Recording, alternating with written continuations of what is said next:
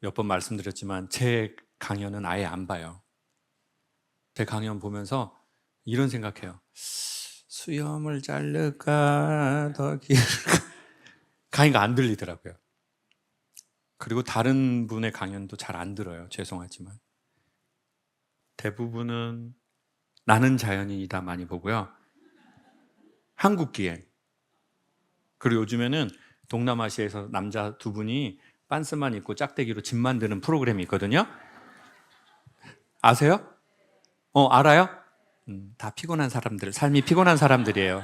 그 짝대기로 남자 둘이 빤스 입고 그 집 지어가지고 물 흘려가지고 막 목욕하면 2억 뷰 나와요.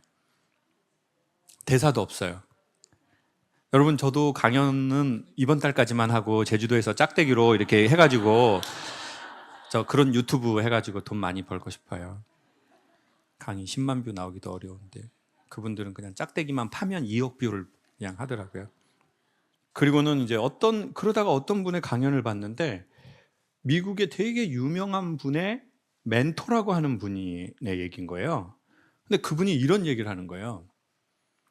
뭐 냉수 목욕을 하면은 뭐 성공하는 사람들이 많다 이런 얘기를 하는 거예요. 그래서 저는 솔직히 그런 얘기 보면 참 웃기시네 진짜. 무슨 뭐 냉수 목욕하고 성공하고 생각. 그러다가 이제 그걸 쭉 봤는데 제가 설득이 된 거예요. 한번 여러분 들어보세요. 제가 최근에 목욕탕을 가잖아요. 그럼 저는 냉수탕 안 가요. 전에 목욕만 했고 그 다음에 좀 좋아지는 게 뜨거운 물에 잠깐만 담그고 나오는.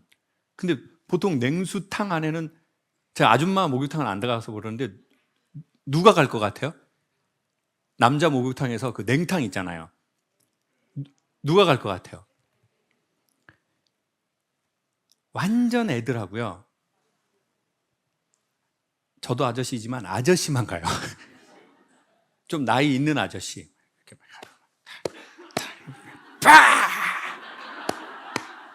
오래 있지도 않아. 딱 3번. 마치 보는 것 같죠, 지금.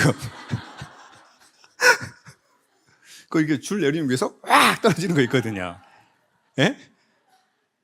그리고 뭐 동작이 항상 과해. 그리고 남을 자꾸 봐. 이렇게 봐, 이렇게.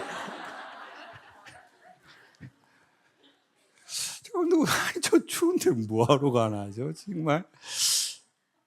그러다가 제주도에서 왜 가게 됐냐면, 이제 그 영상을 먼저 봤어요. 그분의 원리는 이거예요. 러시아에도 가면 막 얼음 거기 싹 들어가고 막 이런 분들 있잖아요. 저는 일단 추위 많이 타가지고 좀 싫어하거든요. 근데 그분의 원리는 이거예요. 냉탕에 들어가서 성공한 게 아니라 냉탕은 보통 사람들이 춥잖아요. 아주 특이한 경우 아니면 좋아하지 않아요. 근데 각오를 한다는 거예요. 뭘 한다고요? 각오. 내가 추운 곳에, 저렇게 강력하게 추운 곳에 들어갈 정신에 뭘 한다고요? 각오를 한다는 거예요. 그래서 그 각오를 반복해서 하는 게 몸의 그거보다는 정신의 훈련이라는 거예요. 자, 살다가 보면 힘든 일이 와요. 여러분이 수많은 고민을 제출해요. 자, 그때 제일 먼저 중요한 게 뭐냐면요. 태도나 각오예요. 자, 이런 일이 왔어. 근데 그럼 난 이렇게 하겠어. 딱 이런 거. 이거를 말하는 거라는 거예요.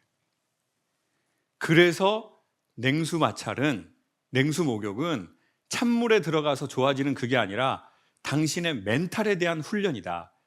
그래서 당신은 점점 당신 앞에 힘든 일이 올 때 각오를 할 것이다.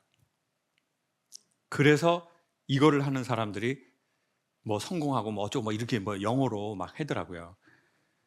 그래서 이제 제가 그걸 듣고 성공하려고 한 게 아니라 그래, 맞아. 각오야, 각오. 그리고는 이제 제주도에 가서 마침 친한 동생이랑 놀러 갔는데 바닷가에 민물이 나오는 데가 있어요. 동그랗게 현무암으로 쌓아놓은. 아무도 안 오는 거예요, 마을 사람들이. 저하고 그 친구 둘만. 이제 다 벗고 들어가. 그냥 수영복고 입고 들어가지 않거든요. 다 벗고 딱 들어갔는데 이 민물이 한라산부터 쫙 내려온 거잖아요. 얼어버릴 것 같아요. 어디가? 머리가 얼어버릴 것 같아요. 머리가. 뭘 생각한 거예요? 머리가 너무 추워서 머리가 얼어버릴 것 같아. 근데 저 혼자면 못 들어가겠더라고요. 근데 자꾸 걔가 형 들어가요 막 이러는 거예요. 제가 아유 너 너무 추운데. 근데 에이 해병대가. 그리고는 이제 걔는 육군 나왔는데 걔가 먼저 들어가가지고 막 하니까 괜히 해병대 때문에 아 형 뭐 해병대에서 이런 거 많이 했잖아요 막 그런. 저 육지에서 근무했어요. 해병대 가서. 저 이사단이어가지고 해병대 아니고 해변대였단 말이에요. 그냥 육군하고 똑같이 계속 육지 생활만 했단 말이에요. 나 포병 부대 있고. 그러니까 어쩔 수 없어서 들어갔어요. 사람들이 그런 거 있잖아요. 남자들도 그런 거 있을 수 있잖아요. 나이 먹고도. 내가 진짜 원해서 간 건 아니야. 그거 한 10% 있는데 상황이 좀 그렇게 흘러가. 여기서 안 하면 나만 좀. 그래가지고 거기서 했는데요. 한 10분, 15분 했거든요. 근데 이 물에 힘이 있더라고요. 찬물에 힘. 그리고는 이제 오토바이 타고 올라오는데 걔랑 둘이서 처음으로 몸이 느낀 거예요. 마치 무슨 실존적 느낌이에요. 그날의 덥고 습한 찝찝한 에너지가 인간에게 끼잖아요.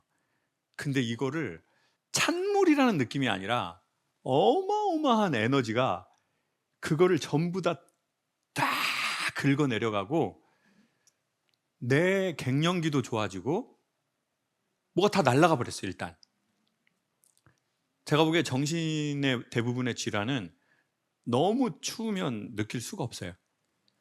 제가 옛날에 21살에 죽으려고 하다 알아냈다니까요. 제가 죽으려고 21살에 전문대 떨어져가지고 엄마가 저보고 똥멍청이라고 그랬거든요.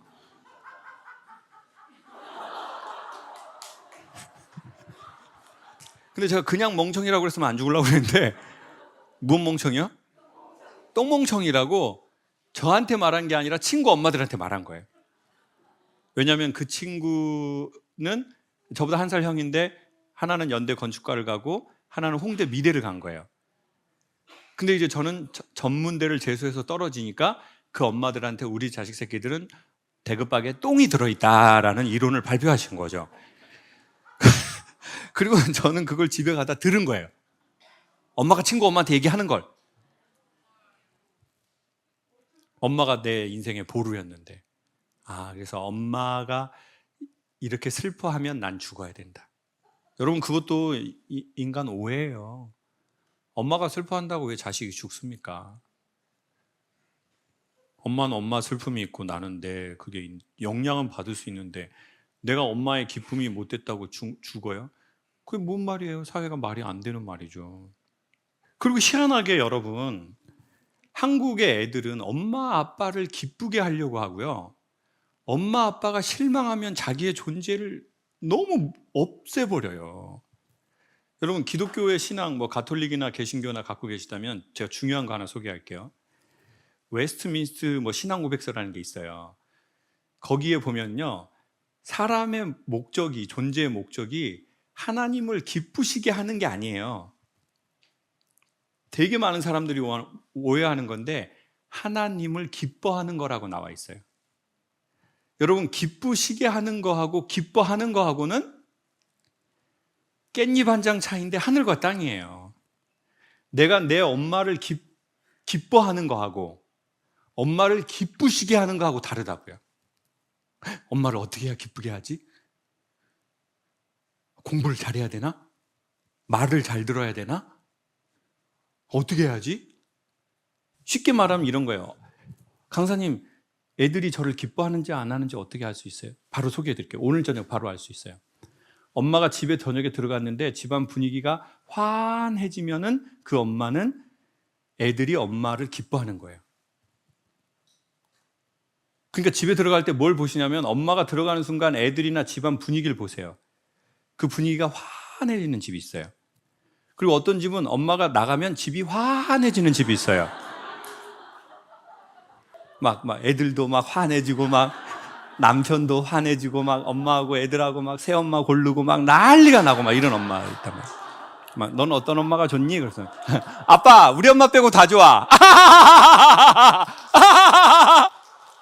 저는 특별히 오늘 몇 사람이 이쪽에 왔다고 생각해요. 자, 기쁘시게 하는 건 벌벌 떨면서 기쁘게 하려고 한다고요. 근데 기뻐하는 거는 그 사람이 있어서 내가 너무 기쁜 거예요. 완전 달라요. 이 단어 하나로 신앙이 완전히 재정립되고 이 단어 하나로 엄마하고 자식 관계가 완전히 바뀌어요. 삶에 대한 자세와 태도 완전 다 달라져요. 그러니까 이 언어는 엄청 힘이 있고 중요해요. 자, 그런데 여기에서 제가 거기 사우나를 하면서 그걸 하면서 이게 쫙 좋아졌어요. 그래서 서울에 와서 더 의지가 생긴 거예요. 각오가. 그래서 찬물에 안 가는데 제 인생에 엄청난 일이 벌어진 거예요. 오늘도 2번 들어갔다가 조금 또 나오고 그러면 이제 몸이 아는 거예요. 아, 이게 나랑 잘 맞고 강연을 할 때도 너무 좋고 괜찮구나. 그러면서 이 생각이 마지막으로 든 거예요. 저는 그래서 여러분에게 찬물에 들어가는 냉수마찰을 하십시오라고 하는 말을 하고 싶은 게 아니에요. 보통 부모나 선배나 어른 세대는요, 자기가 좋은 걸 하잖아요. 그러면 그거를 후배나 자식에게 어떻게 해요? 강요하거나 권유를 해요. 근데 자식에 대한 애정이 많은 사람일수록 권유를 하는 게 아니라 강요를 해요. 너 이거 아빠가 벌써 40년째 하는 거야. 촤! 너 이거 해. 그런 엄마 아빠 있어요, 없어요? 그러면 어떻게 되는 줄 아세요? 제가 보기에 우주는, 세상은 수평이 아니에요. 수직도 아니에요. 되게 입체적이에요. 자, 지금 중세 시대가 아니잖아요, 여러분. 자, 제가 약간 갈릴레오가 된 느낌인데, 자, 다시 한번 설명드릴게요. 자, 이거 어렵게 생각하지 마시고 편하게. 지구가 평평해요? 아니면 둥글어요? 둥글죠?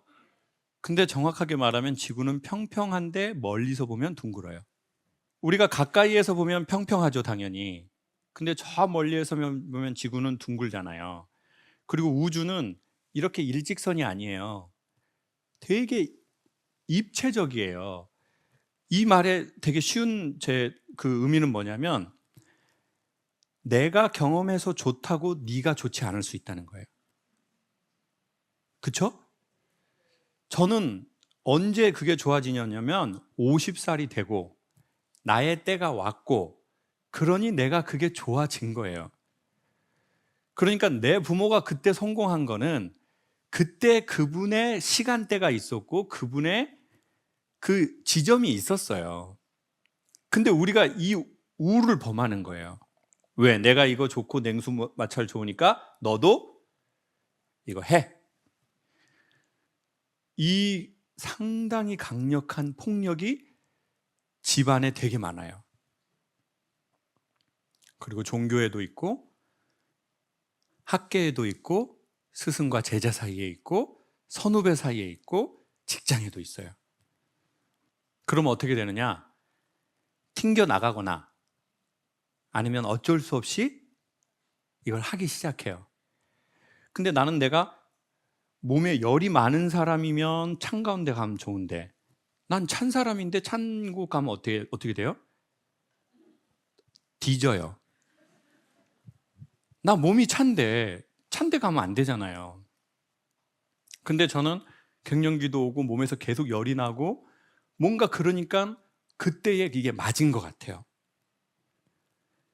그러면 부모나 선생은 어떻게 해야 되냐면 제가 보기에 내가 그때쯤에 이러이러한 일이 있었는데 이렇게 하니까 나한테 좋은 느낌이 오더라고. 이렇게 얘기를 해야 되는데 부모나 어른들이 자기가 그때 해서 자기가 먹어서 자기가 경험해서 좋으니까 그걸 강요하는 거죠. 그러면 이제 어떻게 되느냐? 최종 결론은 사랑이라는 이름의 폭력이 돼요. 세상의 가장 잔인한 폭력이요. 부모가 자식한테 30년 하는, 남편이 아내한테, 아내가 남편한테 40년 하는, 사장님이 직원한테 하는 30년의 폭력.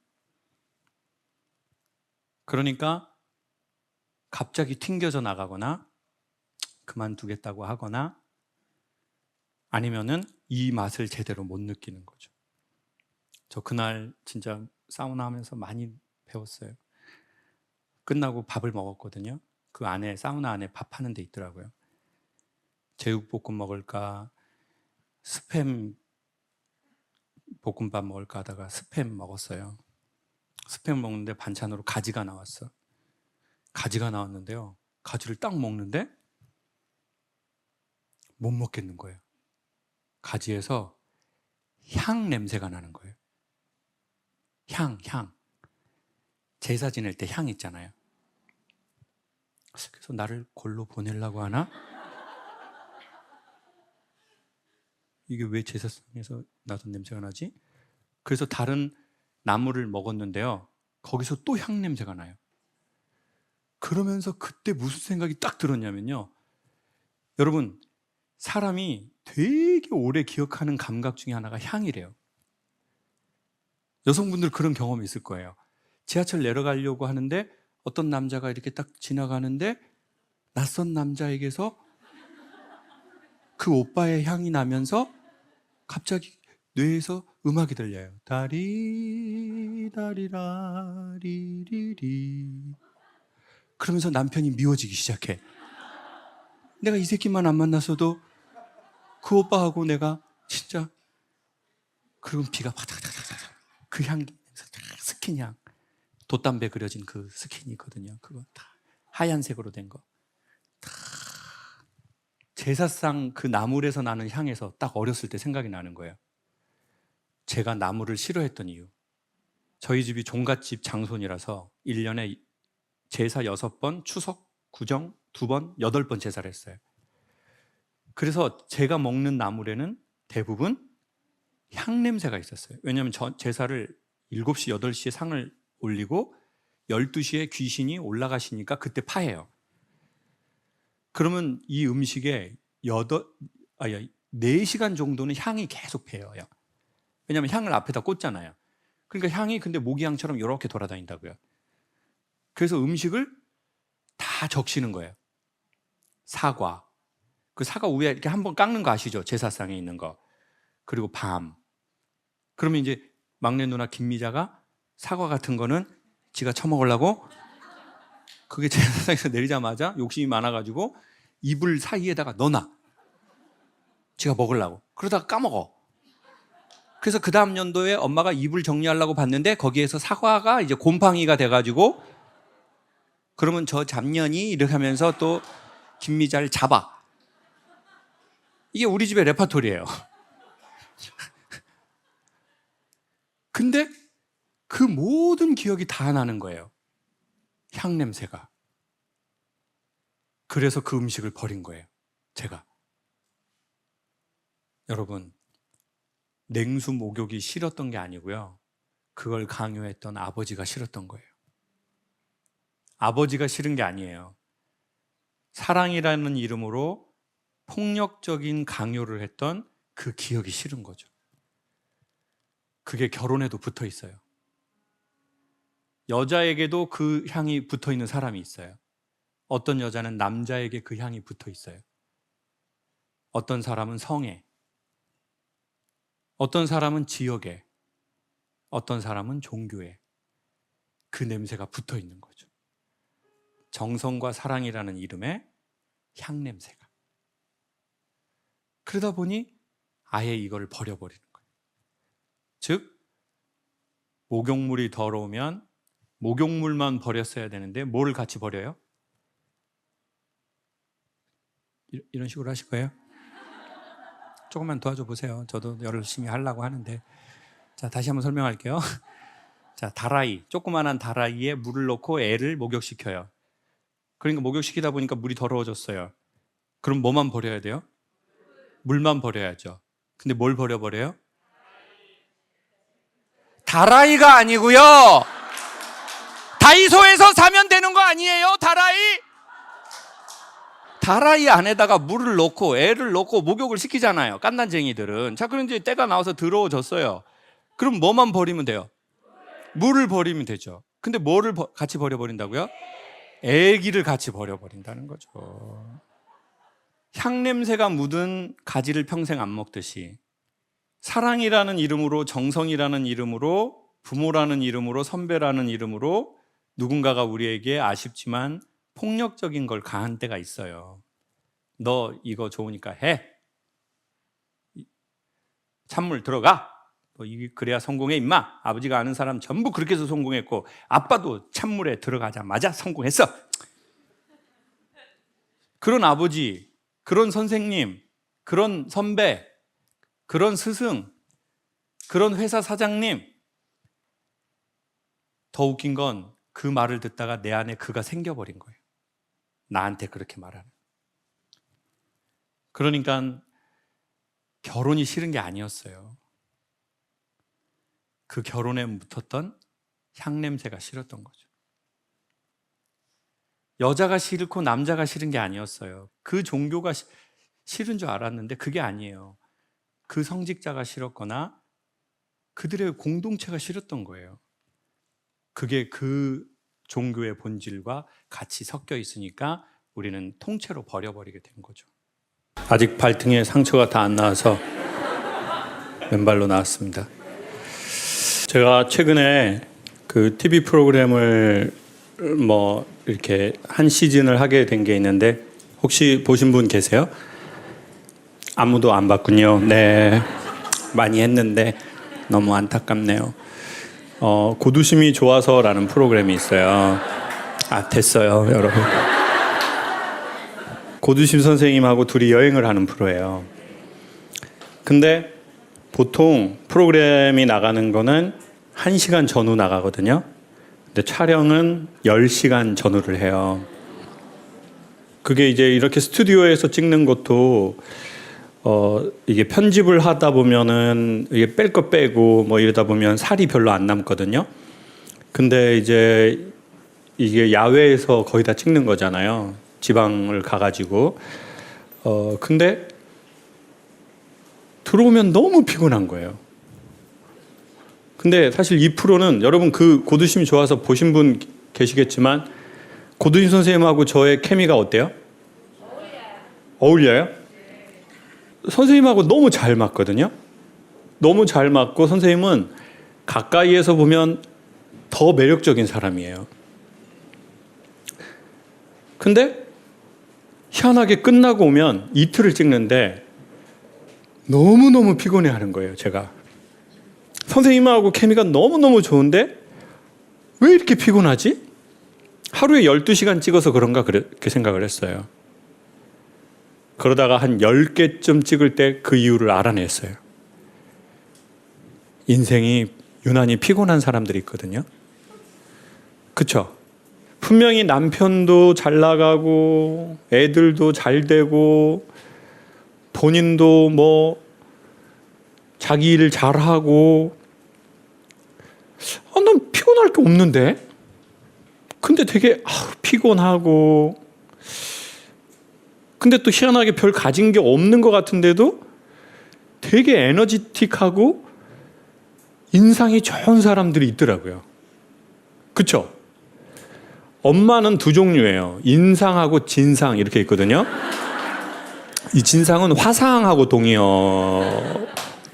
도라이 다 똑같은 맥락이라고 해석하시면 되거든요.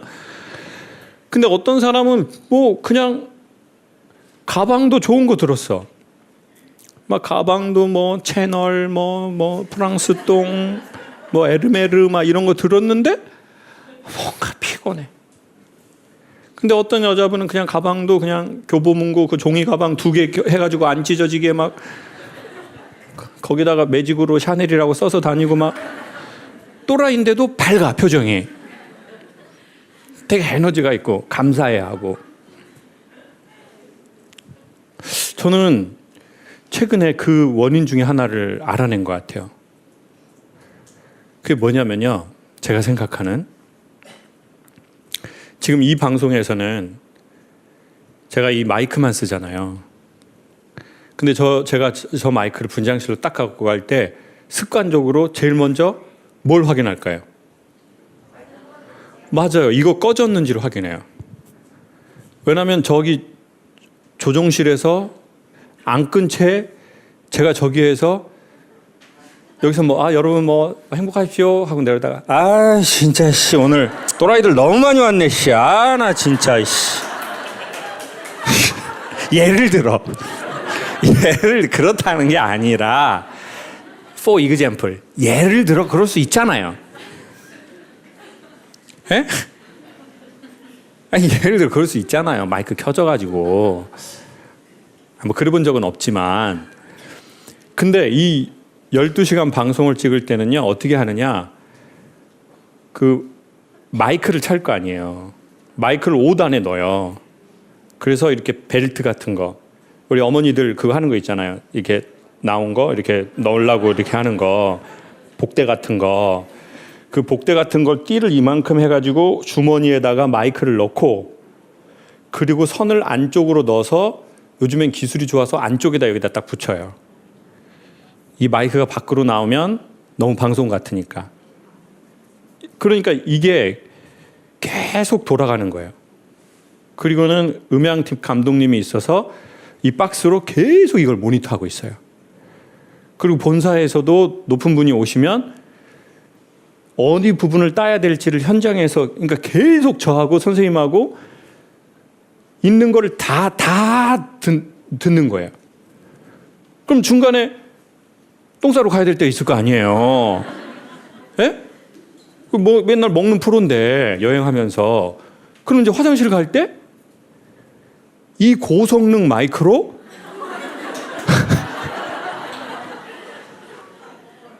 이 모든 소리를, 제가 예전에 처음 방송할 때 몰랐어요. 다 듣는 거예요. 들을 수 있게 되는 거예요. 거기서 끄지 않으면. 그렇잖아요. 그리고 또 이제 각자 차로 이동하는데, 차로 이동할 때도 저게 그거 기계랑 가까이 있을 때는 제가 차에서 하는 소리도 들어갈 수 있잖아요. 그러니까 이게 어느 날 그걸 알기 시작하면서 들리지도 않은데도 약간 노이로즈가 걸리는 거예요. 듣고 있겠지? 그러니까 사람이 좀 이렇게 풀어져야 될 때가 있잖아요. 우리 여성분들도 다 그렇잖아요. 오늘 이 옷 이쁘게 입고 안 그런 분도 있죠. 안 이쁘게 입고 온 분도 있어요. 저 왜 그러는지 모르겠어요. 그냥 편한 게 최고다 그렇게 생각했겠죠. 정말 너무 이기적인 것 같아요. 근데 예를 들어 옷도 이쁘게 입고 화장도 이렇게 하고 했어. 그런 때가 있지만 또 그냥 풀어질 때가 있잖아요. 또 사람이 그렇게 풀어져야 되잖아요. 근데 그 풀어질 때 이 소리가 다 들어간다고 생각해 보세요. 그러니까 계속 날이 서 있는 거예요. 네. 듣고 있겠구나. 그럼 화장실을 갈 때도 어떻게 막 급한데? 그럼 원래는 바지만 벗으면 되는데 바지 벗고 마이크 뭐를 눌러야 끌지는 모르겠네. 난 똥이 나오겠는데 이게 뭐를 그러면 그냥 거기 배터리를 빼버리는 거예요. 이 소리 들어가는 게 싫으니까. 근데 이제 그것도 사람 유형이에요. 여자분도 그런 사람 있잖아요. 그런 거 자기 이렇게 소변 볼 때 그런 소리 나 이렇게 누가 듣는 거 싫어. 그러니까 뭘 한다고요? 노래를 한다고요? 소변 보면서 비 내리는 호남산 또라이 완전 상 또라이죠. 그냥 그 여자 노래할 땐 지금 소변 보고 있다는 뜻이잖아요. 근데 어떤 여자분도 그냥 이거는 개인차예요. 여자분도 인간이 다 먹고 싸고 그러는 거지 무슨 이건 다 똑같은 거야 이러는 사람은 정신적으로 건강해요. 근데 아우 나 그래도 나 이런 거 나 좀 그래. 나 좀 나 이렇게 나 좀 그래. 나 잊지 말. 나 어떻게 해야 사람들이 모르지? 이렇게 하면서 똥 쌀까? 그러니까 그거에 유난히 민감한 사람들이 있어요. 자기 소변 보는 소리 남이 듣는 거 민감하고, 내가 대변 보는 것도 그렇고, 뭔가 내 상처, 내 열등감, 내 과거의 트라우마, 나만 알고 있는 비밀, 그게 사람들마다 살면서 생기거든요.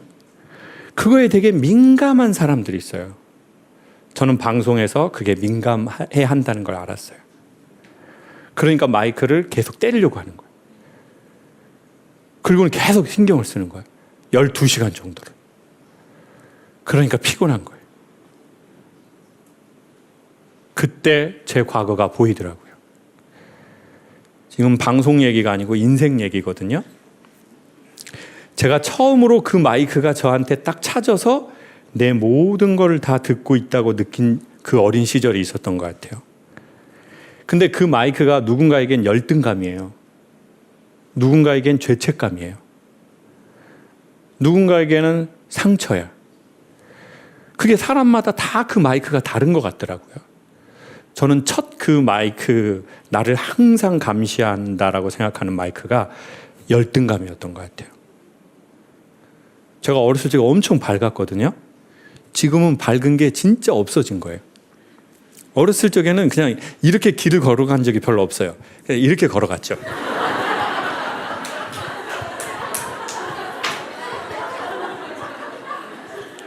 그리고 애들이 이렇게 손을 들 때 나 항상 이렇게 좀 상상이 되죠? 네, 그런 애들 있잖아요. 공부 못하고 외로워서 막 밝은 척하는 애들 있잖아요. 막 친구들 많고 막 완전 그런 애. 근데 지금은 그게 완전히 없어진 것 같아요. 거의 한 99%는 없어졌나 봐요. 그게 너무 심했어요. 너무 심했는데 왜 심해졌냐면 원래는 한 바퀴 정도였어요. 그러니까 지금 생각하면 난 원래 한 바퀴 정도야. 근데 이게 3바퀴에서 5바퀴가 된 거예요. 그 이유가 생긴 거죠. 초등학교 다닐 때는요, 다 똑같아요. 부잣집에 가난한 집에 이런 구분이 없어요. 공부 잘하는 애 못하는 애 이런 구분도 없어. 엄마 이혼한 애, 뭐 할머니 밑에서 자라는 애 이런 것도 별로 없어요. 그땐 다 그냥 우리 친구야. 종교 너 뭐 니네 뭐 교회 다니네 뭐 절 다니네 없어. 그냥 너는 내 친구고 우리 반 아이고 그냥 이걸로 우리가 친하던 때가 있어요. 인간 사회에서. 근데 나이가 먹으면서 이게 갈라지기 시작하잖아요. 쟤네는 부잣집 아이구나. 아버지가 쟤네 집은 없구나. 쟤네 집은 엄마가 이혼했구나. 우리 아버지는 장애가 있구나. 우리 집은 가난하구나.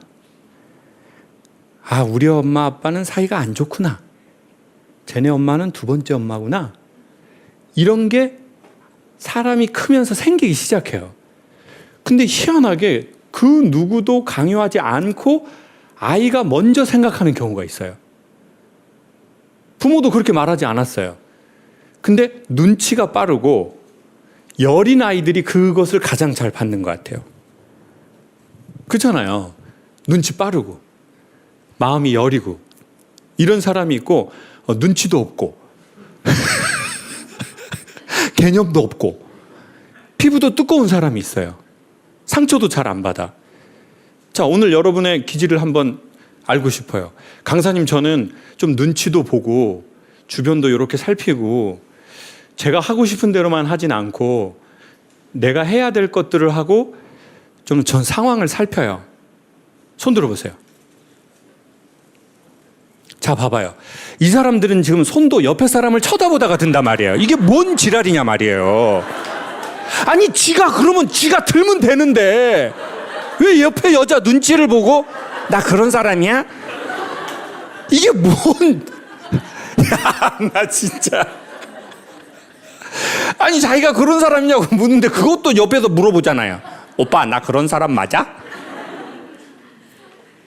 강사님 저는 남의 눈치 잘 안 봐요. 제가 하고 싶은 얘기 있으면 하고 뭐 남들 감정 그렇게 뭐 고려하는 편은 아니에요. 뭐 손 들어보세요. 아니 들어보세요. 제가 면상을 좀 보고 싶어서 그래요.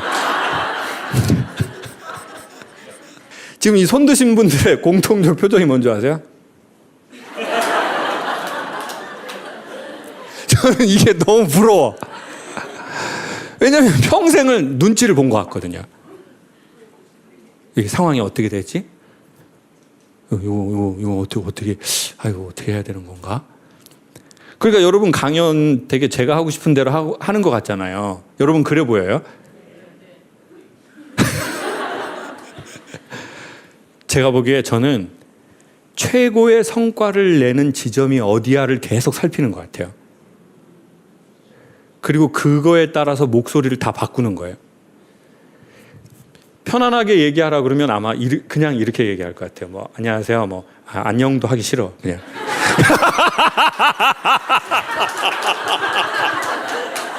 이건 진짜. 지금 이 웃긴 건 진짜. 그러니까 이게 너무 습관이 돼버린 거야. 그런 며느리도 있을 거 아니에요. 막 분위기 좀 맞추려고 하는 며느리들 있잖아요. 추석 때 가서. 예? 막, 어머니! 너무 오래 사신다. 박수를 지랄 외쳐요, 지금 박수를? 미쳤나봐? 아니, 그런 며느리가 있을 거 아니에요. 직장 생활할 때도 그런 사람들이 있어요. 별로 이렇게 남의 감정을 신경 안 쓰는 사람이 있어요. 아니, 뭐 나도 출근했고, 너도 출근했고, 내 할 일하고, 네 할 일 하면 되는 거야. 이런 사람이 있고, 분위기를 맞추려고, 안녕하세요, 대리님. 뭐, 이렇게. 그러시구나. 힘들겠다. 이런 사람이 있잖아요. 근데 너무 저는 눈치를 보다가 이게 습관이 돼버렸나 봐요. 그때 처음 눈치가 생긴 거죠. 우리 아버지는 귀가 안 들리는구나. 우리 아버지는 말하는 게 다른 사람하고 다르구나. 근데 그 자체는 문제가 아니었어요. 그것을 바라보는 시선이 문제가 생긴 거예요. 여러분, 문제가 아니고요. 문제를 바라보는 시선으로 문제인지 아닌지가 결정되거든요. 이혼 자체가 문제가 아니에요. 이별 자체가 문제도 아니야. 사별 자체가 문제가 아니에요. 그것을 어떻게 바라보냐, 이게 곱하기 돼서 최종 값이 나온다고요. 근데 이런 말을 못 들은 거죠. 그냥 어렸으니까. 누가 말해주는 사람이 있는 것도 아니고. 그러니까 그냥 자기가 알아서 생각하게 된 거죠, 그냥. 이게. 그래서 어쩌면 저는 이런 말들을 여러분하고 계속 하고 싶은가 봐요. 그래서 여러분의 사연이 여러분의 소명이 됐으면 좋겠습니다. 지금 한 분이 이랬어요.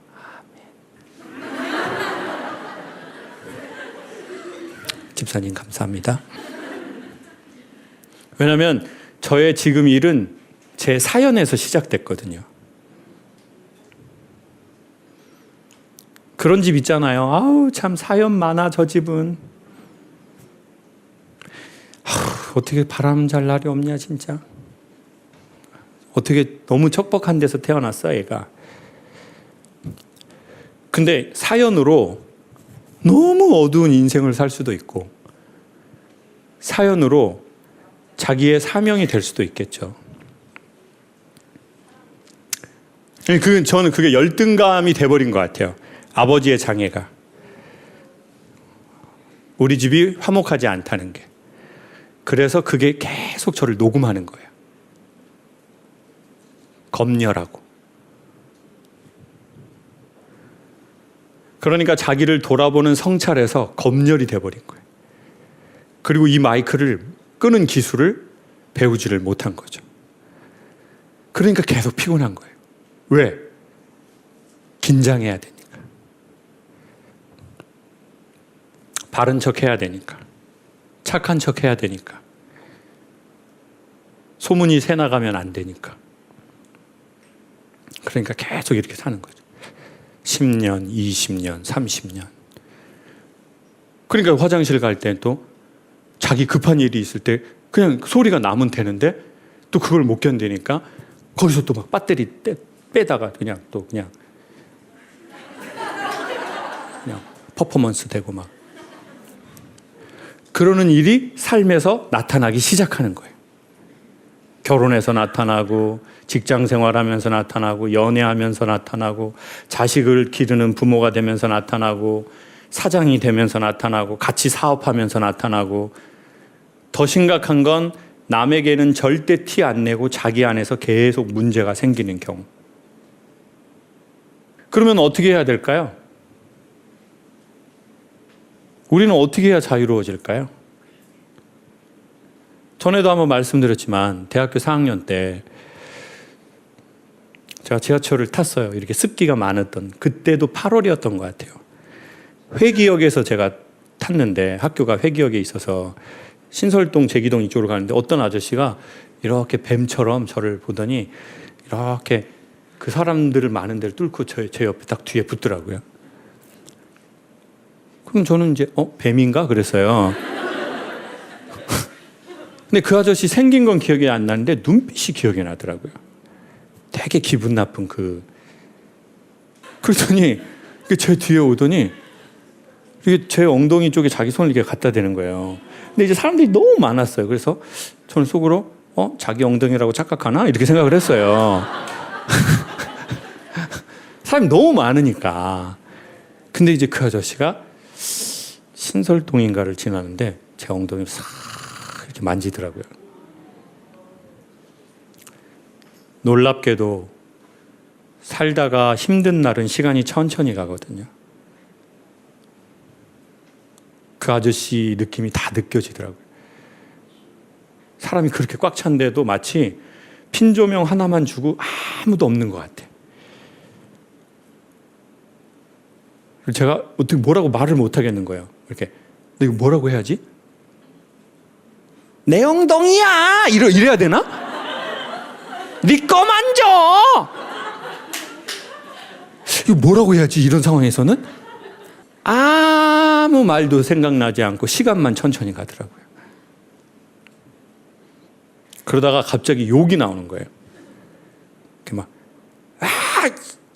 그러니까 사람들이 갑자기 지하철에서 누가 욕을 하니까 근데 그 사람을 딱 잡을 용기나 뭐 이런 것도 없는 거예요. 잡아가지고 막 때리고 막 이렇게 이렇게 해도 못 하겠는 거예요. 해병대 갔다가 제대한 지 얼마 안 됐는데도. 그리고는 이제 그 아저씨는 진짜 뱀처럼 내리더라고요.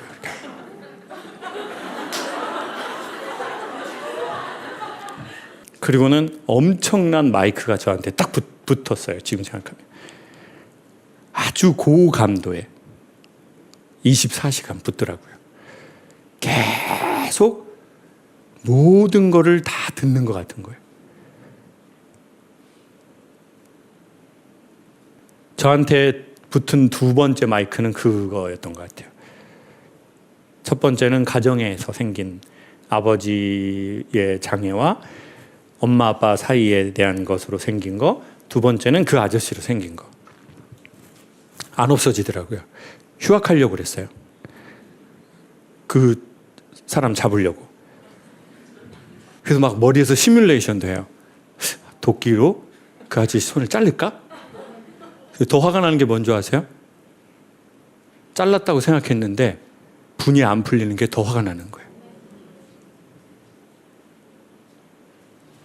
그럼 어떻게 해요? 시간을 돌릴 수도 없고. 내가 뭘 잘못했지? 막 계속 이런 마이크가 붙는 거예요. 아무도 몰랐죠. 저만 알았어요. 그러다가 그 마이크가 떨어진 일이 벌어진 거예요. 4학년 때 성차심리학이라는 수업을 하는데 여자 남자의 차별에 대한 토론인데 여학생들이 성추행을 당하는 일들이 많은데 외상 후 스트레스 증후군이라는 게 있는데 사회가 그걸 찾아서 도와줘야 되느냐 아니면 여성들이 좀 용기 있게 말을 해야 되겠냐? 뭐 이런 거에 대한 토론이었어요. 근데 그때 학교가 어떤 분위기였냐면 여학생들이 담배를 태우면서 등교를 하는 첫 시작이었어요. 그전에는 이제 담배를 피워도 이제 뒤에서 좀 이렇게 피웠는데 그냥 아침에 가방 메고 이제 등교하면서 담배를 태우면서 정문을 통과하던 첫 시작이었어요. 그때가. 그러니까 이제 복학생들이 군대 갔다가 와 보니까 세상이 바뀐 거야. 여학생들이 담배를 피면서 등교를 해? 그래가지고 이 되게 꼰대 같은 애가 그 여학생이 그러니까 이제 제대한 지 얼마 안 돼서 담배 꺼 이렇게 한 거예요. 그러니까 그 여학생이 왜요? 왜 꺼요? 그러니까 끄라고. 야 끄라고. 아니 왜 끄냐고요? 내가 피는 건데. 그래가지고 이 친구가 그 여학생 뺨을 때렸어요. 그래가지고 이제 넘어지니까 이 학생이 다리로 또 이렇게 막 했나 봐요. 난리가 난 거예요. 학교가 여자 남자로 완전히 나뉘었어요. 너는 총학생의 여총학생의 앞에서 무릎 꿇고 사과해라. 막 대자보 붙고 막 남자들은 지금 여자애들이 완전 그러니까 막 여자 남자 극한 혐오로 그 시절에 이제 저는 이 아저씨에게 터치감이 한번 이제 있었고 그리고 이제 그 수업에서 이제 요런 문제로 토론을 하게 된 거죠. 그런데 어떤 남학생이 손 들고 그러는 거예요. 안녕하세요. 경제학부 몇 학년 누구입니다. 우리 여아구들 어찌나 용기가 좋으신지 아침에 등교하면서 담배를 피면서 등교를 하십니다. 대단한 용기라고 생각합니다. 전 그런 대단한 용기로 본인이 성추행 당한 것을 고백했으면 좋겠습니다. 언제까지 사회가 그런 용기 있는 여성을 찾아서 시간과 인력을 낭비해야 된다고 생각하십니까? 이상입니다. 하고 얘가 잘 딱 앉으니까 여학생들이 아무 말도 못하고 가만히 있는 거예요. 근데 저는 갑자기 이 사건이 생각이 나면서 정신을 차렸을 땐 이미 손이 올라가 있더라고요. 성악과 4학년 김창옥입니다. 예비역입니다. 해병대 전역했습니다. 근데 저는 2001년 여름 신설동에서 한 아저씨로에 이런 사건을 당하게 됐습니다. 저는 근데 지금 이 순간도 이런 말을 하는 게 정말 창피해 죽겠습니다. 왜냐하면 제가 이 얘기를 끝나고 수업을 마치고 저 뒷문을 열고 나갈 때 우리 여아구들이 3, 4, 5 짝을 지어서 저 오빠 당했대라고 말하는 분위기가 연출된다면 전 이 수업을 폐강하겠습니다. 3학점짜리입니다. 제가 뭘 잘못했습니까? 해병대에서 안 죽을 만큼 맞아본 남자도 엉덩이 한 번 갖고 이러고 살고 있는데 대한민국이라는 문화에서 여자로 태어나서 나 성추행 당했으니 나 좀 도와주슈라고 말할 수 있겠습니까? 우리 발표하신 학형은 상당히 미소년처럼 생기셨는데 아저씨한테 한번 당해보세요. 그렇게 편안한 얼굴로 그런 말씀하실 수 있는지 심히 궁금합니다. 하고 자리에 딱 앉으니까 토론을 하라고 그랬는데 간증을 해버렸네요, 제가. 그리고 너무 충격적인 얘기여서 아무도 말을 안 하고 가만히 있는 거예요. 교수님도 그냥 가만히 있고 남학생들도 가만히 있고 여학생도 가만히 있고 이 정막이 몇 초 흐르더니 여학생들이 휘파람을 불면서 박수를 치면서 공중으로 휴지를 날리기 시작했어요. 그리고는 막 책상을 두들기더니 막 환호를 하고 막 난리가 난 거예요. 교수님이 여성분이셨는데 저한테 오더니 내용이 너무 좋다고 이거 학회지에 실어보자는 거예요. 성악과 4학년 김창호 그는 당했다. 그러나 그는 이겨냈다. 선생님, 그건 아닌 것 같습니다. 저의 엉덩이 사건을 모든 학우에게 알리고 싶지는 않습니다. 그러면은 그 사건이 있고 나서 여학생들이 저한테 제 등 뒤에서 손가락질하고 그랬을까요? 몇 명이 막 찾아오는 거예요. 에이스 크래커하고 산도하고 이런 거 사가지고 하면서 오빠 엉덩이 그런 거 아무것도 아니에요 오빠. 그런 거 갖고 신경 쓰시면 험한 세상 살기 어려워요 오빠. 필요하시면 언제든지 대리 출석해드릴게요 오빠. 그러고는 막 자기네 리포트 막 여자애들이 주로 꼼꼼하게 쓰니까 막 그것도 뭐 시험 볼 때 뭐 복학생 잘 모르니까 빌려주고. 제가 그날 뭘 알았냐면 그 아저씨에게서 해방이 됐다는 거예요. 그 아저씨를 만나서 내가 그 사람의 생명을 끊어도 그 사건으로부터 내가 해방이 되지 못하겠는데, 그래서 더 열받는데, 그 아저씨를 만나지도 않고 그 아저씨를 용서하지도 않고 그가 나에게 용서를 빌지도 않았는데 나는 해방이 됐다는 거예요. 그 시간으로부터 멀어졌는데 그 사건으로부터 자유로워지지 않을 수 있어요. 그걸 뭐라고 하냐면 해방은 했는데 독립은 못했다고 말해요. 정말 자기 스스로 서야 되는데 그 상황에서는 끝나고 나왔어요. 근데 나는 내 스스로 못 서버린 거예요. 근데 그 아저씨를 만나지도 않고 용서를 구하지도 않고 용서하지도 않았는데 전 해방이 된 느낌을 확실히 받았어요. 자, 그 증거는 뭐예요? 그 사건을 지금 이렇게 말하고 있는데 그 말하는 거를 슬프게 전달하고 있는 게 아니라는 거예요. 필요하면 저글링을 하고 있다는 거예요.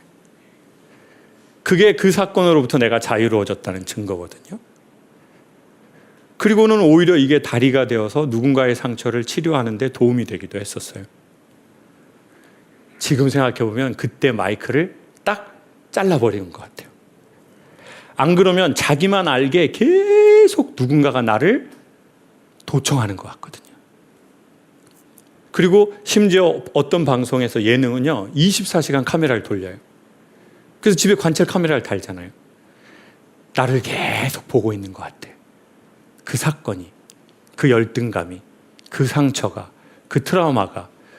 근데 저는 우발적이었지만 그때 그 상황으로부터 해방이 돼버린 거예요. 마이크가 꺼지고 카메라가 꺼진 거죠.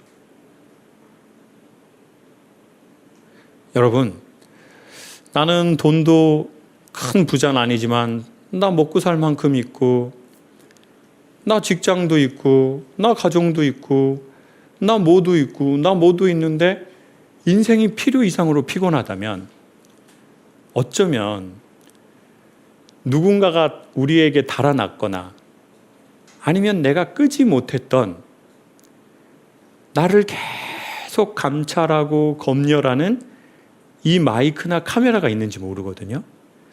그게 열등감일 수도 있고 상처일 수도 있고 자기만의 어떤 아픔일 수도 있어요. 그것에서부터 해방되실 수 있기를 진심으로 바라드릴게요.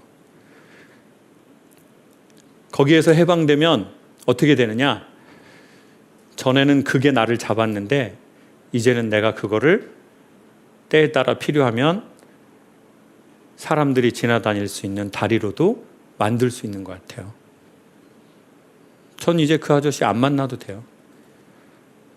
뒤졌겠죠, 어디서 뭐.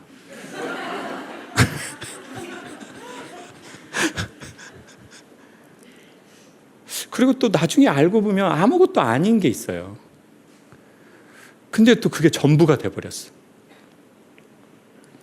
그리고 마음이 여리거나 상대방에 대해서 배려심이 강한 사람일수록, 그리고 마음의 피부가 얇은 사람일수록 그것에 대해서 계속 신경을 쓰는 것 같아요. 그러면 그건 그것만으로 된 게 아니라 도미노 현상이 일어나거든요. 그래서 그 상처가 그 마이크를, 카메라를 계속 보고 있는 게 또 무언가를 넘어뜨리고 또 무언가를 넘어뜨리고 계속 점진적으로 진행되는 거죠. 그러니까 스트레스가 많으면 입을 옷이 없는 거예요. 여러분, 입을 만한 옷이 있어요? 없잖아요. 오늘 이 자리 만석이거든요. 티켓이 아시겠지만 2, 3주 전에 다 팔렸어요. 근데 지금 자리 비어있죠. 옷이 없어가지고 못 온 분들이에요. 옷을 계속 사도 옷이 없다면 옷이 없는 게 아니죠. 취향이 없거나 마음이 목마른 거래요.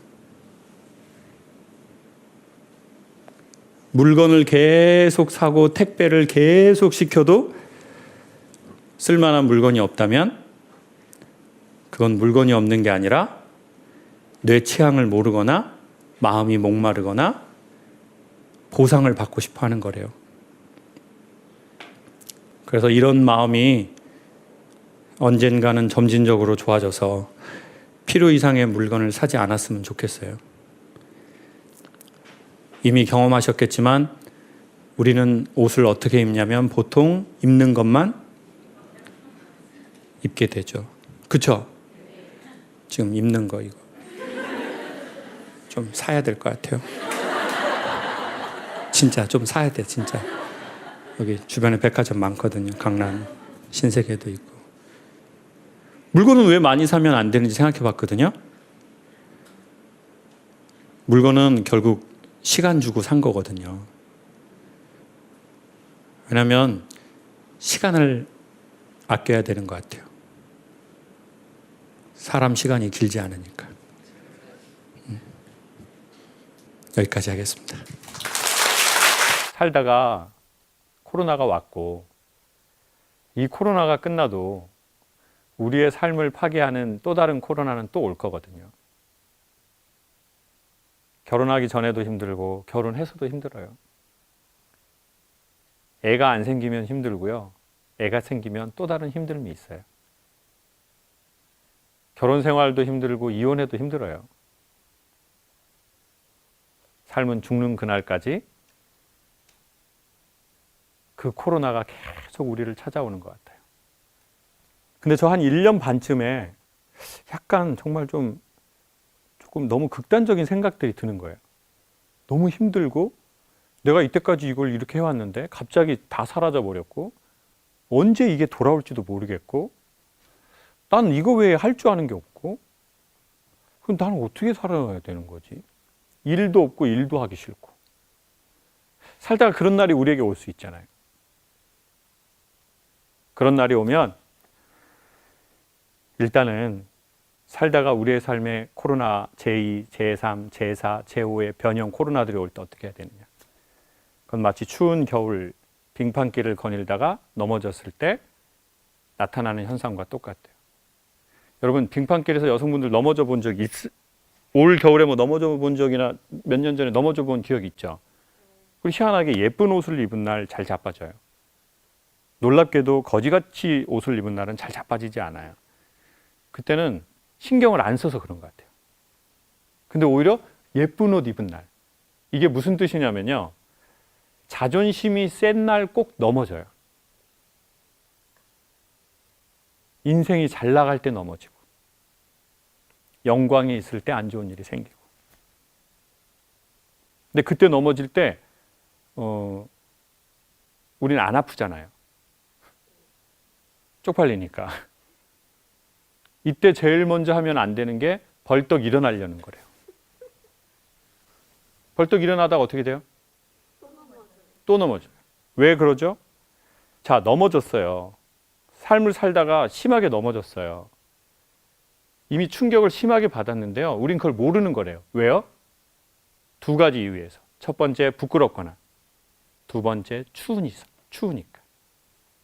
여러분, 자기가 상처받은 것도요. 사랑받아야 알아요. 내가 사랑도 받아보고 케어도 받아봐야 내가 상처받았었네.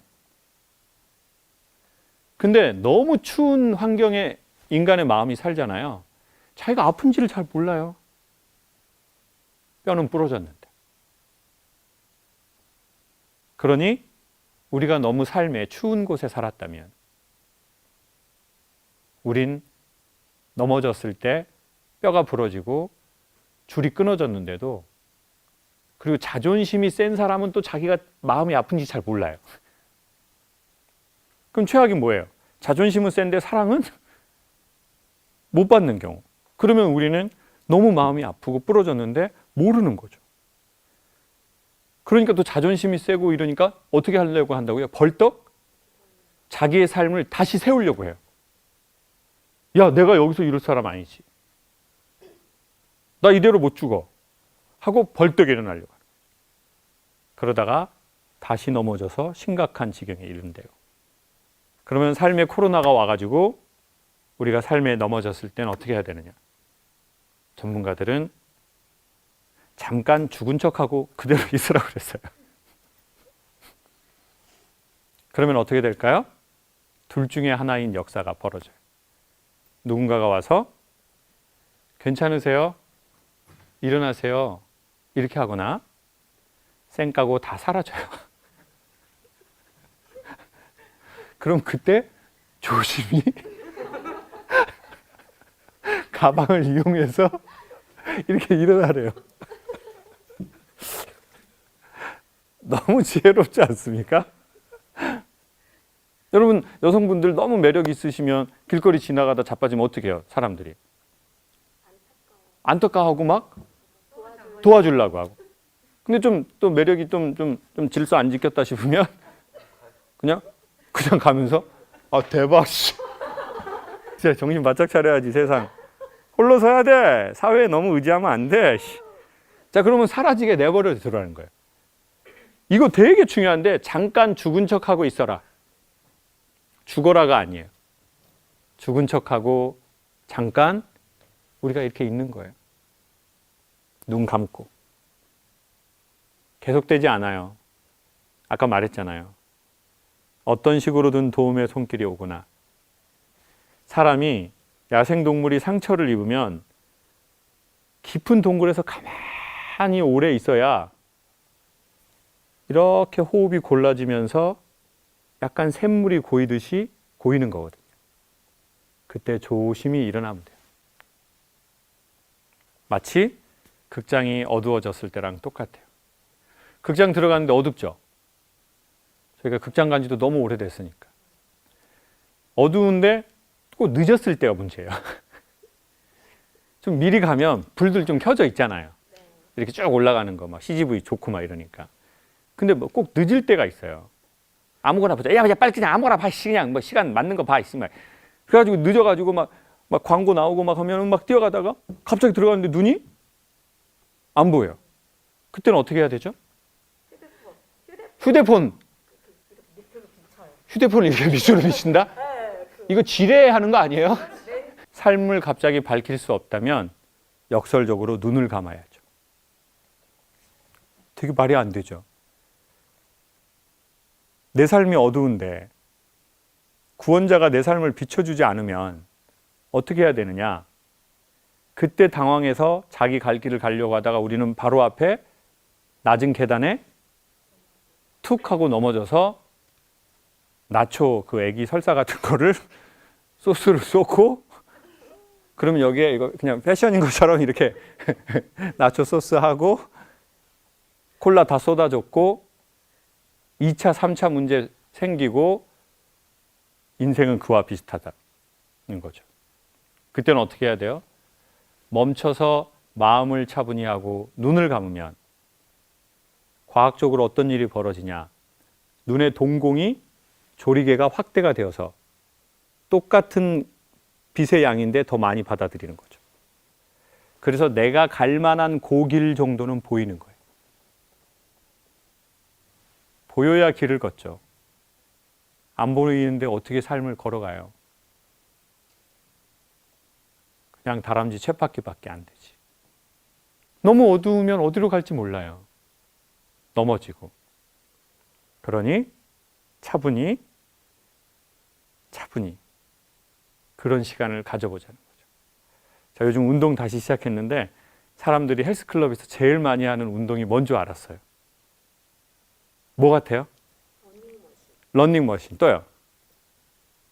태어나서 한 번도 헬스클럽 가본 적 없죠, 여러분? 전 최근에 알아냈어요.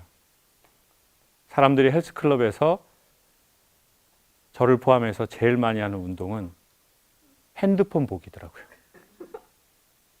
너무 재밌는 거예요. 벤치프레스 한 7개 하고 바로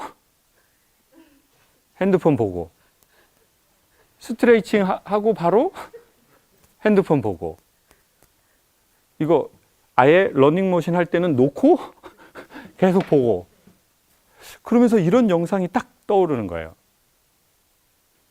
이어폰 끼고 기도하는 사람의 모습이. 전에 실제로도 봤고요. 봉은사에 매화가 홍매화 엄청 예쁘거든요. 그 홍매화를 보러 갔는데 이제 절 앞에 가면 이렇게 막 그 상 큰 거 막 이렇게 이거 있잖아요. 그걸 지나가면서 이제 이렇게 하신다고요. 근데 그분이 핸드폰을 갖고 이렇게 그래서 거기 이번에 규제 풀린데 이제 그러면서 이제 샤넬 핸드백 있었고 그래 그거 풀린다고 그러지 김 실장. 그러더니 이제 그 상 앞에 가더니 핸드폰을 손 간에 가운데 껴가지고 이렇게 하더라고요. 엄청 정성스럽게. 그러더니 김 실장 5시야 약속 기억하고 거기 박 사장님하고 와 이번에 중요한 건이니까. 그리고 또 한 번은 교회 갔는데 교회 그 장의자가 있잖아요. 거기 어떤 권사님이 무릎을 꿇고 막 이렇게 주여 아버지 주여 막 기도를 하고 계셨는데 핸드폰을 이렇게 놓고 기도를 하고 있었어요. 근데 핸드폰이 온 거예요. 그러니까 주여 아버지 박 권사 그러면서 그 교회 문 잉 이렇게 여는 문 있잖아요. 거기 나서 그 아니 기도 중인데 급하게 말해 개인 기도 그리고 다시 와가지고 기도 놓고 아버지 주여 주여 아버지. 제가 그거를 거의 한 달 사이에 봤거든요. 그래서 너무 깨닫는 바가 있는 거예요. 우리 현대인이 이렇게 되어가는구나. 기도도 어떤 소리를 들으면서 해야 불안하지 않는, 오히려 더 잘 되는. 운동할 때도 그 모든 공간에 나와 그것만 오롯이 있는 것들은 점점 사라져 가는구나. 차를 마실 땐 가끔은 차만 마시면 좋거든요. 근데 우리는 보통 차를 마실 때 예를 들어 이거 뭐 차라고 생각할게요. 차를 마실 때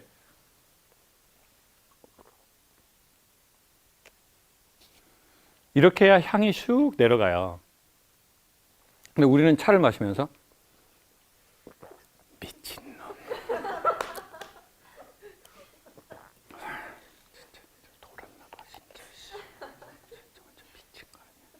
차를 마시면서 미친놈을 생각하면 우린 미친놈을 마신 거거든요. 차를 마신 게 아니에요. 그리고는 눈이 감긴 게 아니에요. 계속 눈을 뜨고 어떻게 살아야 될지 생각하고 있는 거죠. 근데 희한하게 안 보여. 시야가 좁아요. 조리개는 더 닫혀 있어. 삶을 살다가 어두운 날이 올 때 우리는 기도할 땐 기도만 해야죠. 산책을 할 땐 산책만 하시는 방법을 추천드려요. 그게 기도의 기본 특성이거든요. 그거 할 땐 그것만 한다. 걸을 땐 뭐만 한다요? 걷기만 한다. 저기 목적지에 가려고 걷지 말고 걸을 땐 걷기만 한다. 네.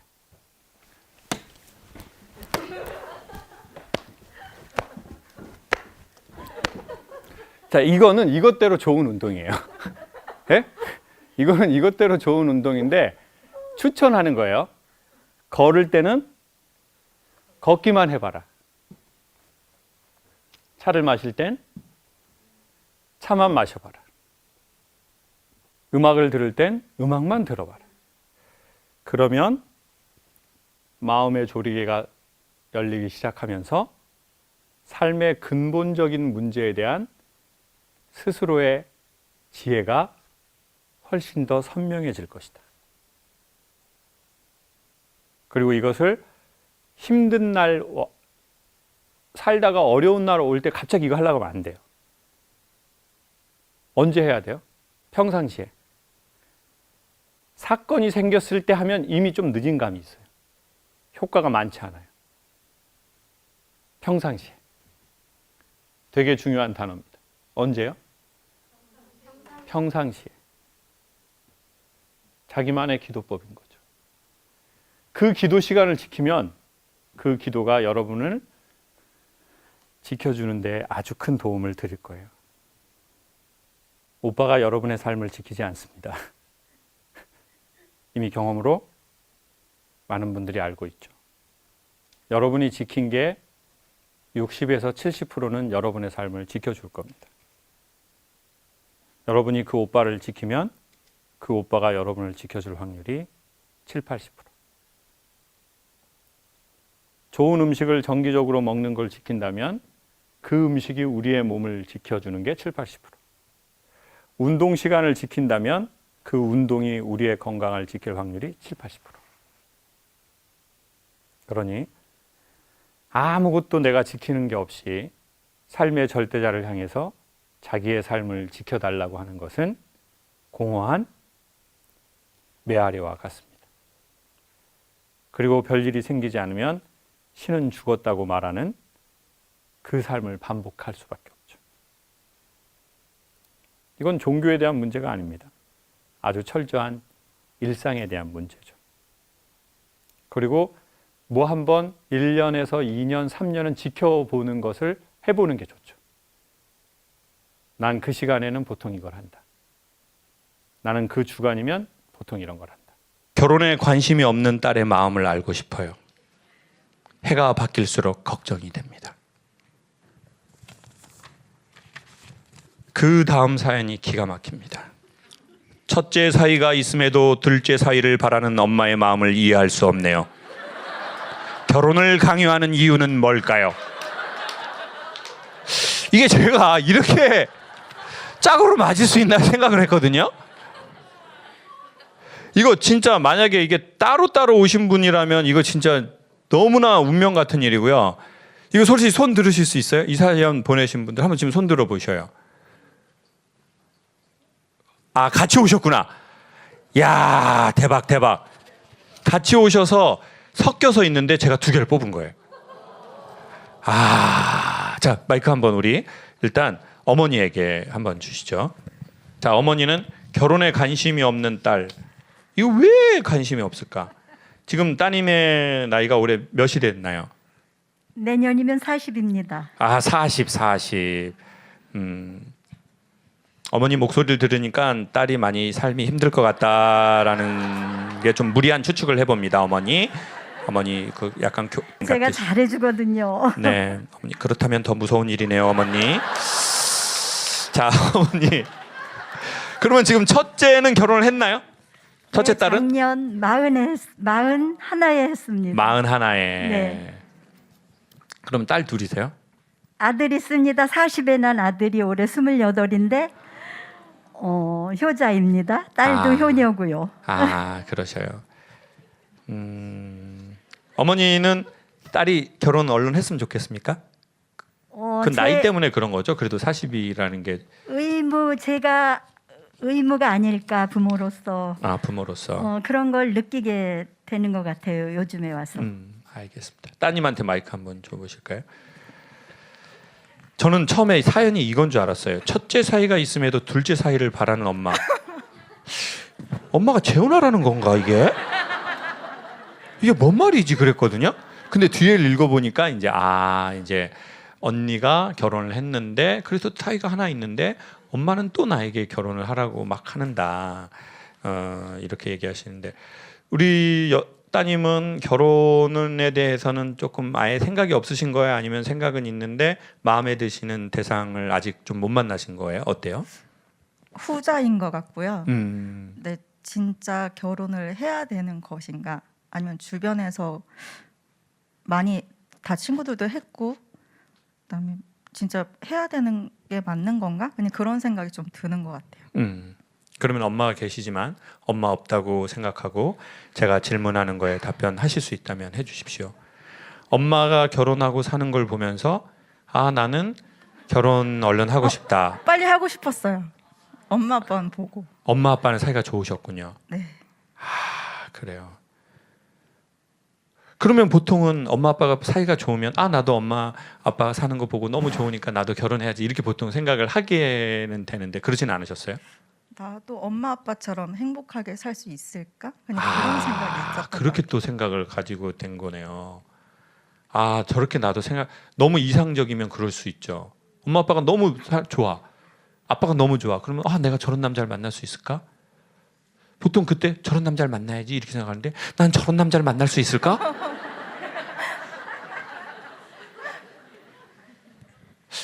좀 따님에게 문제가 있는 것 같은데 지금. 너무 좋으니까 내가 저렇게 살 수 있을까? 저렇게 못 살 바에는 나 그냥 혼자 사는 게 나을 것 같은데. 자, 요 방향으로 가신 거네요, 그렇죠? 아, 희한하네. 아, 희한하네. 미국 가서 야, 미국 너무 좋다. 한국을 우리가 더 발전시키자. 이게 아니라 우리가 미국처럼 될 수 있을까? 기왕지사 그렇게 못 될 바에는 이렇게 분단 국가로 계속 사는 게 낫지 않나? 이런 생각을 우리가 할 수도 있군요. 아, 그래요. 어머니는 근데 결혼하셔서 좋았기 때문에 당연히 따님이 네. 결혼하길 바라시겠네요. 네. 근데 문제는 그게 아니고 아빠가 갑자기 가셔가지고 충격을 받아서 이제 거기에 대한 것 때문에 결혼에 대한 생각을 없는 건지 늦추는 건지 아, 네. 그래요. 그런 것 같아요. 예. 따님이 몇 살 때요? 8년 전에 가셨거든요. 아, 아버지가 좀 젊으실 때 돌아가신 거네요. 8년 전에 가셨는데 전 아이들이 이제 충격이 너무 심해가지고 그러는 것 같긴 해요. 예.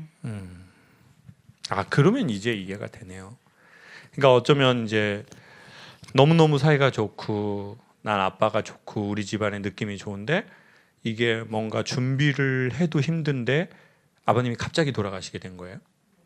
갑자기 시술 받다가 아, 심장 쪽으로 해서 그러면은 이제 그게 엄청 그럴 수 있죠.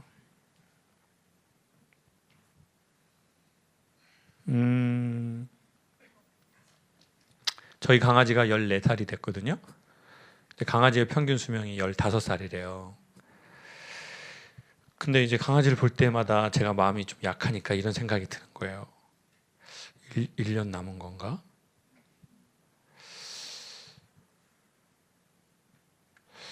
어려서 제가 강아지를 너무 좋아했거든요.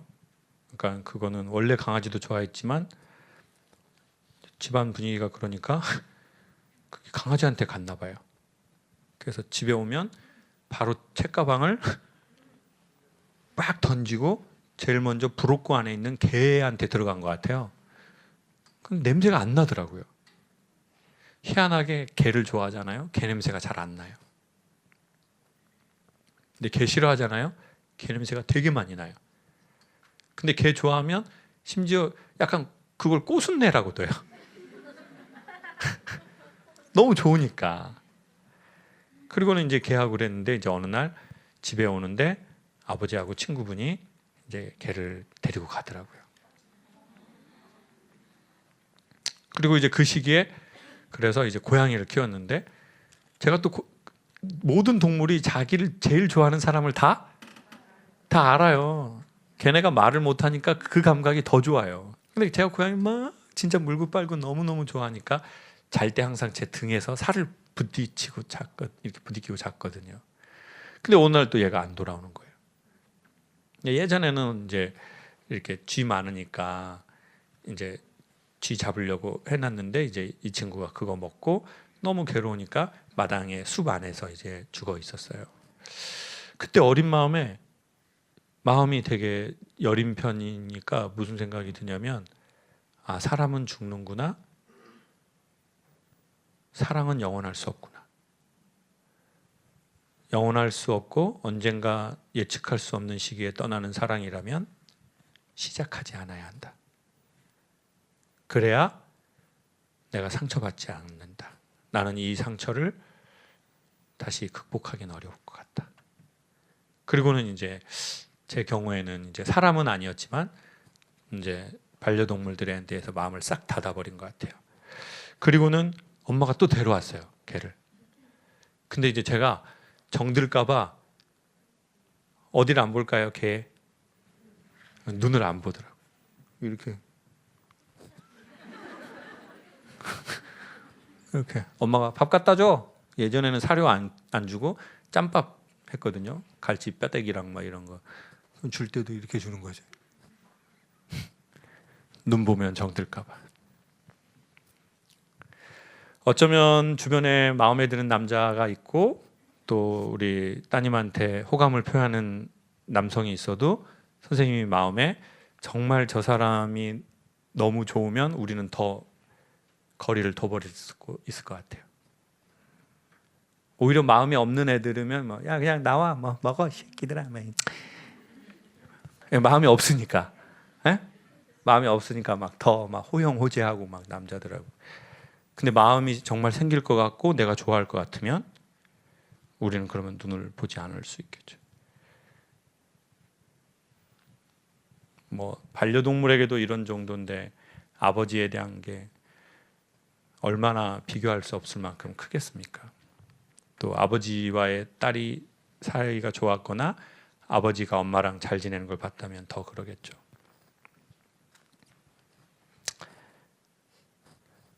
전 딸이 한 명 있습니다.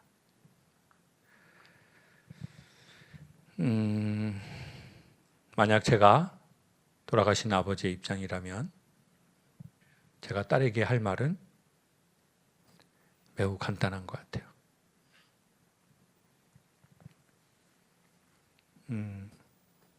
영원하지 않아서 더 소중한 거니까 엄마하고 아빠하고 산 것처럼 아빠가 너한테 그렇게 한 것처럼 너도 그런 사람 만나고 그런 아이 낳아라.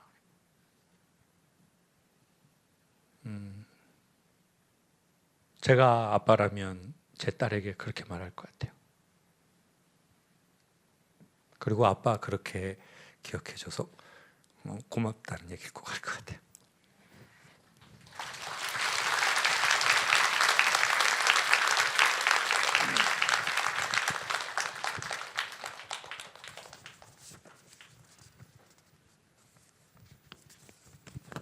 저의 이 슬픔을 잔잔하게 할 사연이 있습니다.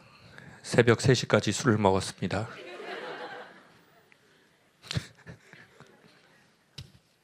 그럼에도 불구하고 강사님 뵙고 싶어서 쓰라린 속을 부여잡고 달려왔습니다. 기대가 됩니다. 이혼한 후에 혼자 지내고 있습니다. 무너지지 않으려고 더 밝게, 더 열심히 살아보고자 노력하고 있습니다.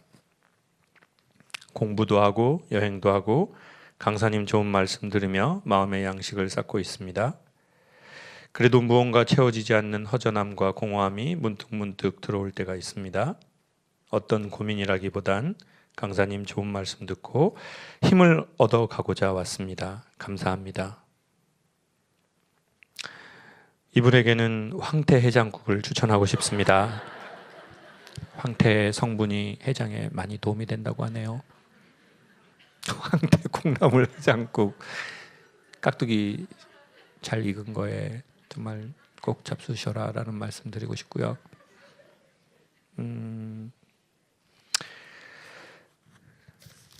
우리가 어떤 슬픔을 만났을 때 그 슬픔을 이겨내려고 노력하는 건 반드시 필요한데, 한편으로는 저는 그 슬픔 안에 그냥 좀 가만히 몸을 담가질 필요도 있는 것 같아요.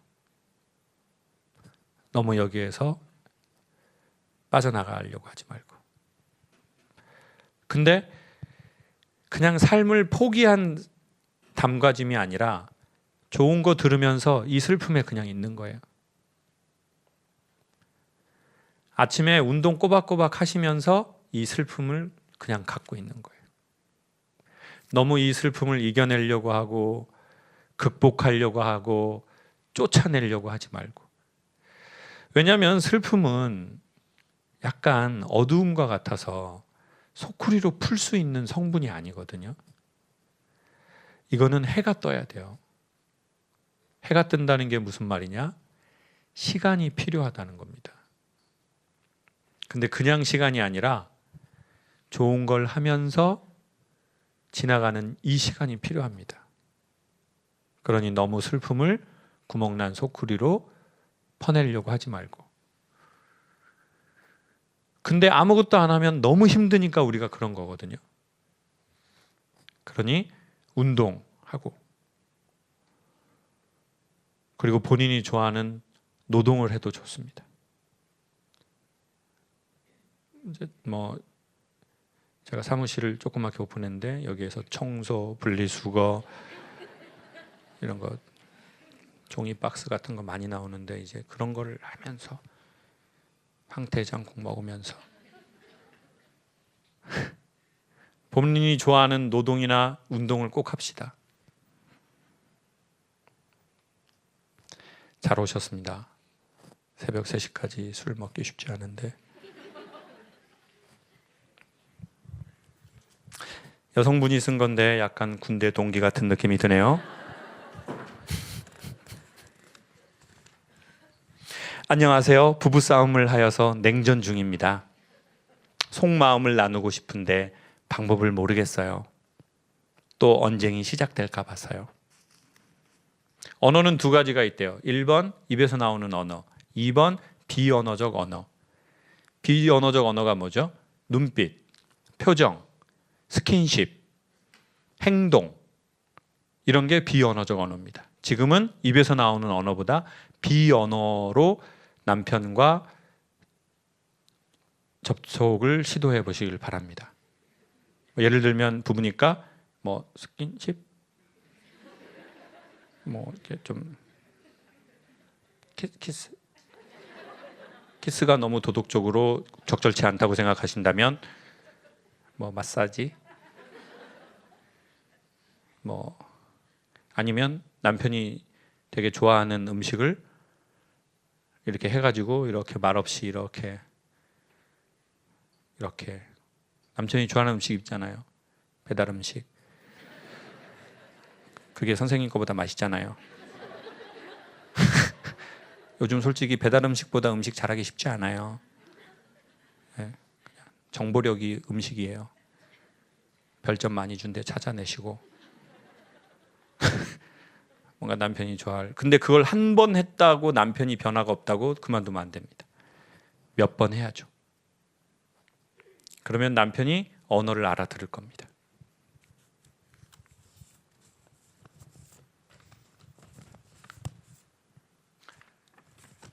이것도 비슷한 사연인데 자녀들의 뒷바라지는 어디까지 해야 합니까? 현재 우리 집의 경우는 아들과 딸이 둘 다 재수를 해서 학업 중에 있습니다. 아빠의 퇴직은 3년도 남지 않은 상태라 조금은 버겁게 느껴집니다. 손녀들 봐주느라 여기저기 몸도 아프고 무료하던 일상에서 우연히 유튜브로 대표님 강의를 들으며 힐링이 되었습니다. 한번 뵐 수 있으려나 혼잣말로 흘린 걸 딸이 들었는지 이렇게 강의까지 신청해 주어 오랜만에 이쁜 옷 차려입고 참석할 수 있게 되어 너무 기쁘고 영광입니다. 감사합니다. 아, 우리 어머니 와사비 어머니가 그 어머니셨네요.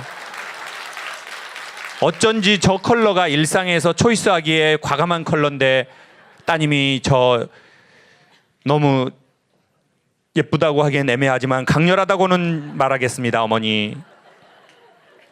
근데 참 글씨가 거의 여대생 같은 느낌이 들어서 이게 정말 할머니가 쓴 글씨인가 그랬는데 이거 직접 쓰신 거죠? 아, 딸이 썼대요. 딸이 썼대요. 딸은 어디에 있으세요? 밖에.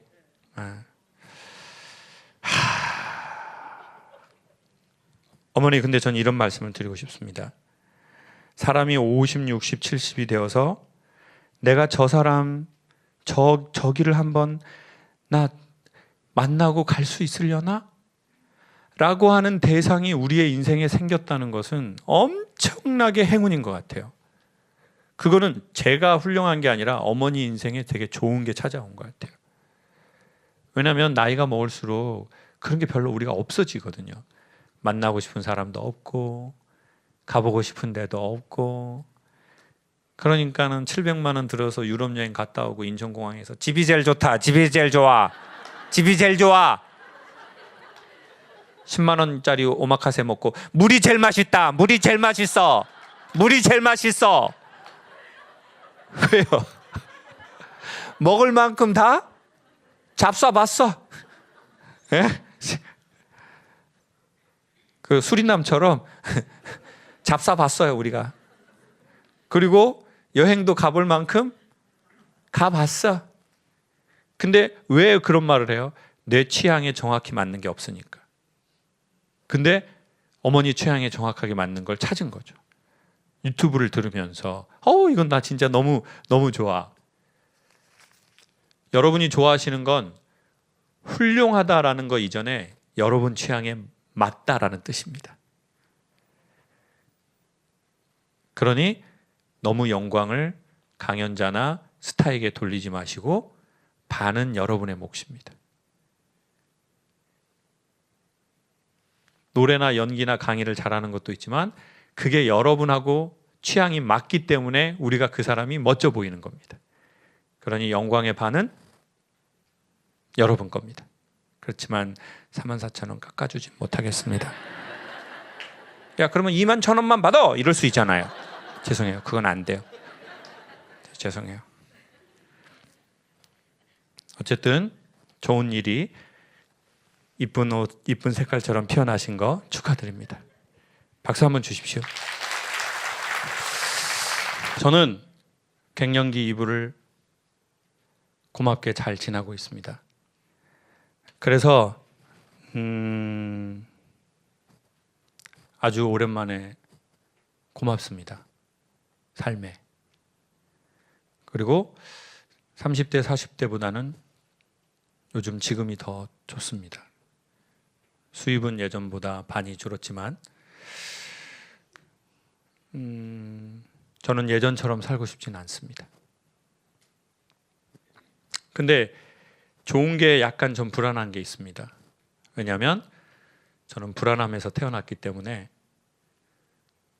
평안을 두려워하는 병이 있습니다. 그걸 좀 알고 있어요. 행복을 낯설어하는 이상한 병이 저한테 좀 있습니다. 그 과정을 제가 잘 실험하면서 결과물이 나오면 또 여러분에게 쉐어하겠습니다. 여러분도 힘든 시간이시라면 이 시간 잘 지나시고 좋은 성에 도착하시기를 진심으로 바라겠습니다. 감사합니다.